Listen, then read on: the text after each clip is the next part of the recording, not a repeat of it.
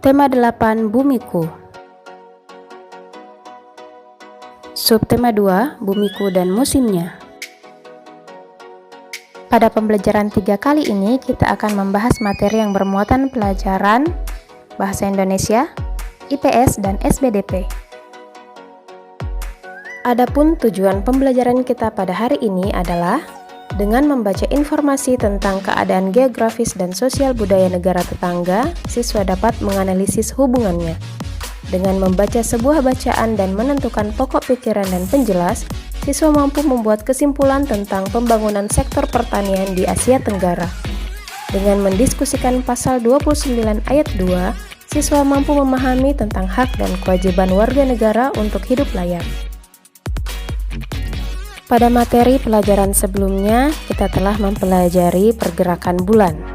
Bahwa bulan mengalami 3 pergerakan, yaitu berputar pada porosnya atau rotasi bulan, berputar mengelilingi bumi atau revolusi bumi, dan bersama bumi, bulan mengelilingi matahari. Bulan tidak dapat menghasilkan cahaya sendiri. Sinar bulan yang kita lihat adalah pantulan dari sinar matahari. Bumi berputar mengelilingi matahari dan bulan berputar mengelilingi bumi. Sekali bulan mengelilingi bumi membutuhkan waktu kira-kira 30 hari. Oleh karena itu, selama bulan mengelilingi bumi, sudut yang dibentuk antara matahari, bumi, dan bulan akan berubah sedikit dari hari ke hari. Perbedaan sudut yang dibentuk oleh bumi dan bulan mengakibatkan ada bagian permukaan bulan yang tidak menerima sinar matahari. Akibatnya, kita akan melihat bentuk bulan yang sedikit berbeda dari hari ke hari. Lalu kita juga mempelajari tentang tarian kreasi daerah yang dilakukan secara berkelompok. Tarian berkelompok adalah tarian yang dilakukan oleh lebih dari 2 orang penari. Contoh tarian kreasi daerah yang dilakukan secara berkelompok diantaranya tari bedaya Ketawang dari Surakarta, tari Serimpi dari Jawa Tengah, tari Pakarena dari Sulawesi Selatan, dan tari Gantar dari Kalimantan Timur. Kemudian kalian berlatih untuk menganalisis hubungan antara keadaan geografis dan keadaan sosial budaya negara Singapura. Setelah kita membaca informasi tentang negara Singapura dari pembelajaran video-video sebelumnya, kita dapat mengetahui bahwa kondisi geografis Singapura merupakan negara kepulauan yang memiliki penduduk yang padat dengan luas yang hampir sama dengan kota Jakarta sekitar 664 km persegi. Keadaan alam negara Singapura pada umumnya relatif datar, akan tetapi di beberapa tempat dijumpai perbukitan. Sedangkan kondisi sosial budaya negara Singapura yaitu masyarakat Singapura sangat disiplin dalam menjaga kebersihan, baik lingkungan tempat tinggal maupun lingkungan sekitarnya. Dari kedua kondisi tersebut, dapat dianalisis bahwa hubungan kondisi geografis dan sosial budaya negara Singapura yaitu sebagai warga yang tinggal di negara yang kecil, rakyat Singapura sadar bahwa lingkungannya harus dijaga. Pemerintah Singapura pun menerapkan peraturan yang sangat ketat untuk menjaga kenyamanan dan kebersihan negaranya. Peraturan yang ketat, kedisiplinan, dan kepedulian penduduk terhadap lingkungannya itulah yang menjadikan negara Singapura sebagai salah satu negara terbersih di dunia. Kalian juga telah mencoba membuat gambar pohon keluarga dengan mengidentifikasi tanggung jawab dari masing-masing anggota keluarga. Di antaranya, tanggung jawab ayah dalam keluarga menjadi pemimpin yang baik dan tegas dalam membimbing anggota keluarga dan menaati aturan yang berlaku, memberikan nafkah lahir dan batin terhadap keluarganya, menjadi pelindung keluarga, menjadi teladan yang baik bagi anggota keluarga, menjadi guru yang cakap bagi anggota keluarga, menjadi teman diskusi bagi anggota keluarga, menjadi penghibur keluarga, dan menjadi delegasi untuk kerabat dan lingkungan. Tanggung jawab ibu dalam keluarga, menjadi pembina keluarga yang mampu membuat harmonis anggota keluarga, mematuhi segala kebijakan dan aturan yang ditetapkan suami selama tidak melanggar norma agama dan masyarakat, mengelola hasil nafkah untuk keluarganya, menjadi teladan bagi anggota keluarganya, menjadi teman diskusi anggota keluarganya, dan menjadi penghibur dalam keluarga. Kemudian tanggung jawab anak atau kakak dan adik dalam sebuah keluarga, menaati segala anjuran dan perintah yang diberikan kedua orang tua, membantu ayah dan ibu sesuai kemampuan, menyenangkan hati orang tua, menjaga suasana kondusif dan nyaman dalam lingkungan keluarga, serta mengutamakan belajar daripada bermain. Dan selanjutnya, menjaga lingkungan menjadi salah satu bentuk tanggung jawab warga negara terutama terhadap sampah. Kita dapat melakukan hal tersebut dengan cara 1. Tentunya tidak membuang sampah pada sembarang tempat. 2. Mengurangi sampah dengan mengurangi pemakaian plastik. 3. Bekerja sama dan bergotong royong dalam membersihkan sampah di lingkungan sekitar. 4. Melakukan pemisahan terhadap sampah kering dan sampah basah agar mudah dikelola oleh pihak pengangkut sampah. 5. Melakukan daur ulang terhadap sampah yang bisa didaur ulang, contohnya menjadi pupuk. Dan yang keenam, aktif menginformasikan kepada para generasi muda kita tentang pentingnya mengurangi sampah dan menjaga kebersihan lingkungan. Sekarang, mari kita pelajari materi hari ini. Sangat menarik ya belajar tentang negara-negara tetangga Indonesia. Belajar tentang kondisi alam dan kondisi sosial budaya negara-negara tetangga dapat membuka wawasan kita. Ayo kita pelajari kondisi sosial budaya negara Vietnam dan Thailand. Keadaan sosial budaya Vietnam. Orang Vietnam merupakan kelompok terbesar di negara Vietnam. Mereka disebut Viet atau Kinh. Mereka tinggal di tepi pantai. Orang Hoa atau etnis Tionghoa tinggal di dataran rendah. Pakaian tradisional wanita Vietnam disebut Áo Dai. Áo Dai dahulu dipakai oleh wanita dan pria, sekarang kebanyakan dipakai oleh wanita saja. Keadaan sosial budaya negara Thailand. Thailand dikenal sebagai negara gajah putih. Penduduknya adalah etnis Thai dan Lao. Sebagian besar penduduk Thailand memiliki agama Buddha, Theravada. Ada juga pemeluk agama Islam, Kristen, dan Hindu. Bahasa Thailand merupakan bahasa nasionalnya. Bahasa Inggris diajarkan di sekolah. Olahraga tinju tradisional Thailand disebut Muay Thai. Thailand merupakan daerah tujuan wisata. Banyak wisatawan mancanegara yang berkunjung. Mereka ingin mengunjungi objek wisata pantainya, misalnya Pantai Pattaya. Bacalah kembali informasi tentang keadaan geografis negara Vietnam dan Thailand pada pembelajaran sebelumnya, dan kalian bisa cek pada video sebelumnya. Bersama dengan temanmu, lakukan analisis sederhana tentang hubungan keadaan geografis negara-negara tersebut dengan keadaan sosial budayanya. Kemudian tulislah dalam bentuk tabel berikut ini.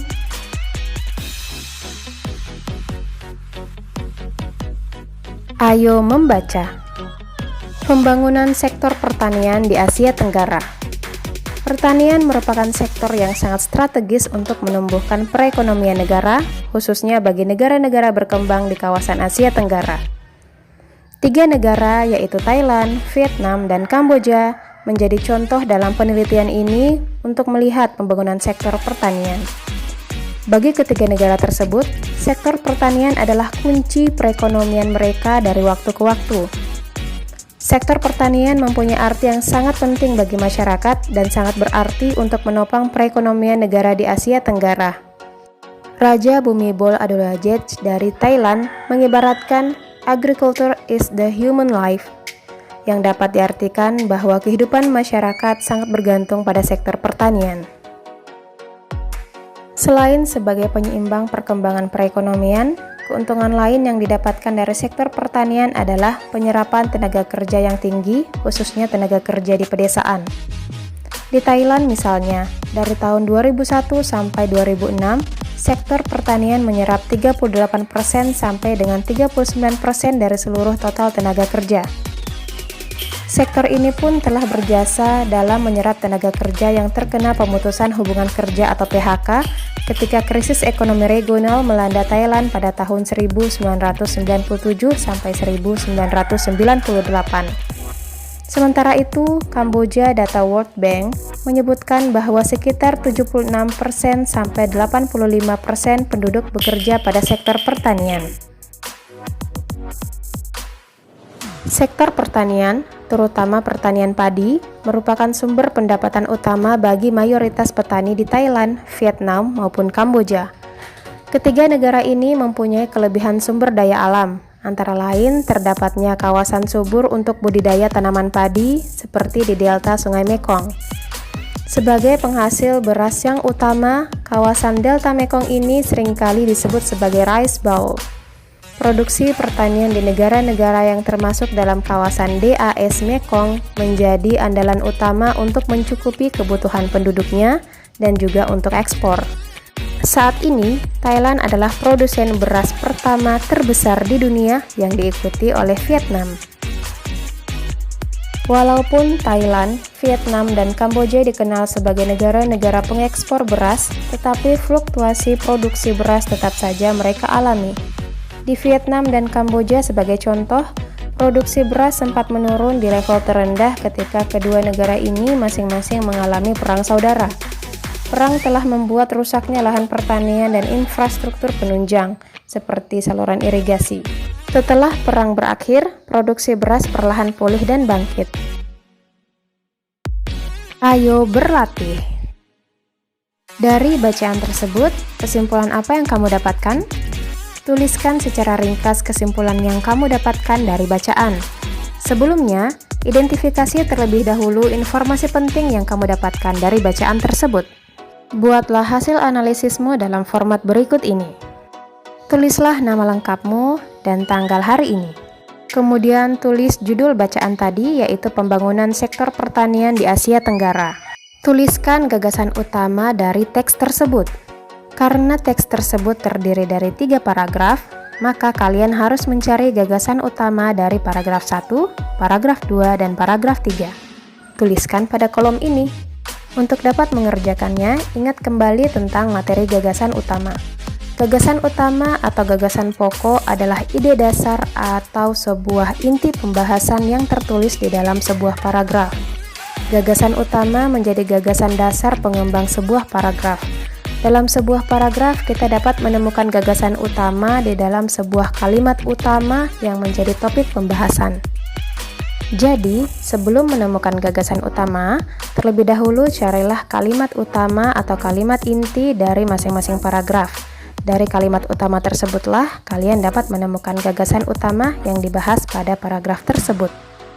Selanjutnya, lingkarilah kata kunci yang terdapat pada masing-masing gagasan utama di paragraf 1, 2, dan 3, kemudian tuliskan kata-kata kunci tersebut dalam kolom ini. Selanjutnya, tulislah gagasan pendukung dari masing-masing paragraf berdasarkan gagasan utamanya. Gagasan pendukung merupakan kalimat yang bersifat lebih khusus. Kalimat gagasan pendukung dibuat dengan penghubung kalimat. Gagasan pendukung berisikan informasi, uraian, dan contoh dari gagasan utama. Fungsi gagasan pendukung adalah untuk mendukung atau memperjelas gagasan utama. Gagasan pendukung bisa jadi dibuat dalam beberapa kalimat, sebab untuk menerangkan gagasan utama biasanya butuh beberapa kalimat pendukung. Jadi, dalam sebuah paragraf terdapat gagasan utama dan gagasan pendukung. Untuk menemukan gagasan pendukung, jangan lagi memilih gagasan utama. Gagasan pendukung itu diberikan setelah penjelasan gagasan utama. Silahkan kalian tuliskan masing-masing satu gagasan pendukung dari setiap paragraf. Maka tuliskan pada kolom ini gagasan pendukung dari paragraf 1, 2, dan 3. Yang terakhir adalah ringkasan bacaan. Tulislah ringkasan bacaan pada kolom ini. Ringkasan bacaan dapat kalian buat dengan menggabungkan antara gagasan utama dan gagasan pendukung yang telah kalian tulis sebelumnya. Susunlah gagasan utama dan gagasan pendukung dari paragraf 1, 2, dan 3, gabungkan dan tambahkan dengan kata-kata penghubung yang sesuai sehingga menjadi sebuah paragraf yang padu. Ayo mengamati. Kita telah mempelajari keadaan alam dan sosial budaya beberapa negara di Asia Tenggara. Setiap negara memiliki keunikan masing-masing, namun ada satu persamaan yang dimiliki oleh negara-negara tersebut, yaitu kebutuhan rakyatnya untuk mendapatkan kehidupan yang layak. Undang-Undang Dasar Negara Republik Indonesia tahun 1945 menyatakan bahwa negara Indonesia berhak untuk mendapatkan penghidupan yang layak. Setiap warga negara berhak untuk hidup secara layak di Indonesia dan mengusahakan suatu usaha untuk mencapai tujuan tersebut. Pernyataan tersebut tercantum dalam pasal 27 ayat 2. Pesan apa yang kamu dapatkan dari bunyi pasal tersebut? Apakah menurutmu dalam pasal tersebut juga disinggung tentang tanggung jawab warga negara dalam mengusahakan kehidupan yang layak? Kalimat yang manakah yang menyatakan hal tersebut? Jawablah pada buku catatanmu. Selanjutnya, amatilah lingkungan sekitarmu. Identifikasilah kegiatan-kegiatan yang dilakukan oleh warga negara sebagai perwujudan tanggung jawabnya untuk mendapatkan kehidupan yang layak. Kalian dapat menuliskan 3 kegiatan dari masyarakat yang dilakukan dalam rangka mendapatkan kehidupan yang layak. Apa yang terjadi apabila warga negara tersebut tidak melakukan tanggung jawabnya? Jelaskan dan tuliskan dalam buku catatanmu. Berikut rangkuman kegiatan belajar kita pada hari ini. Membaca informasi tentang keadaan sosial budaya dari negara Vietnam dan Thailand. Menganalisis kondisi geografis dan kondisi sosial budaya negara Vietnam dan negara Thailand, serta hubungan antara kondisi geografis dan sosial budayanya tersebut dalam sebuah tabel. Membaca teks yang berjudul Pembangunan Sektor Pertanian di Asia Tenggara. Menentukan gagasan utama, kata kunci, gagasan pendukung, serta membuat ringkasan bacaan yang berjudul Pembangunan Sektor Pertanian di Asia Tenggara. Memahami isi pasal 27 ayat 2, kemudian menjawab pertanyaan berdasarkan pasal tersebut. Dan yang terakhir adalah mengamati lingkungan sekitar tentang pelaksanaan tanggung jawab warga masyarakat untuk mendapatkan kehidupan yang layak. Sekian materi pelajaran kita pada hari ini, semoga kalian dapat memahaminya dan dapat mengerjakan tugasnya dengan baik. Terima kasih. Assalamualaikum warahmatullahi wabarakatuh.